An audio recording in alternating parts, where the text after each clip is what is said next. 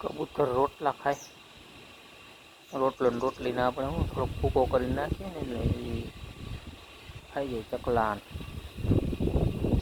ખવારમાં ઘઉં નાખે, અટાણે વળી પાછું આ રોટલા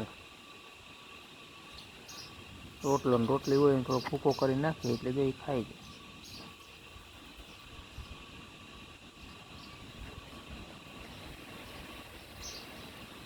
અટાણે થોડાક જે કબૂતરને છે ને ખવડાવવું પડે, પછી તો ઓછા આવે. અમે તો 12 મહિના નાખીએ, પછી શું એટલે ખડના બીન થઈ જાય ને આંબો ને પાકે ને પછી વાંધો ન અટાણીને કંઈ ખાવાનું ખેતરમાં,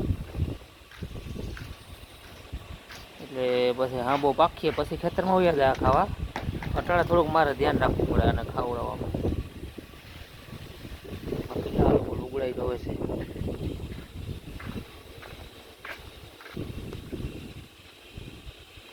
રામે રામ.